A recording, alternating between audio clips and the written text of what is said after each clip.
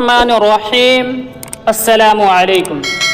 ایک عالم کا کہنا تھا کہ مجھے زندگی میں کسی نے لاجواب نہیں کیا سوائے ایک عورت کے جس کے ہاتھ میں ایک تھال تھا جو ایک کپڑے سے ڈھانپا ہوا تھا۔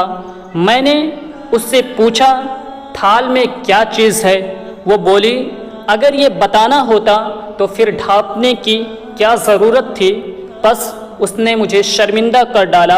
یہ ایک دن کا حکیمانہ قول نہیں بلکہ ساری زندگی کی دانائی کی بات ہے۔ کوئی بھی چیز چھپی ہوئی ہو تو اس کے انکشاف کی کوشش نہ کرو۔ کسی بھی شخص کا دوسرا چہرہ تلاش کرنے کی کوشش نہ کرے، خواہ آپ کو یقین ہو کہ وہ برا ہے، یہی کافی ہے کہ اس نے تمہارا احترام کیا اور اپنا بہترین چہرہ تمہارے سامنے پیش کیا۔ بس اسی پر اکتفا کرو۔ ہم میں سے ہر کسی کا ایک برا رخ ہوتا ہے جس کو ہم خود اپنے آپ سے بھی چھپاتے ہیں۔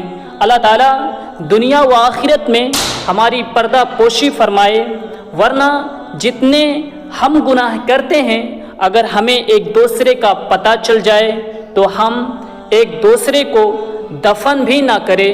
جتنے گناہ ہم کرتے ہیں اس سے 1000 گنا زیادہ کریم رب ان پر پردہ فرماتا ہے۔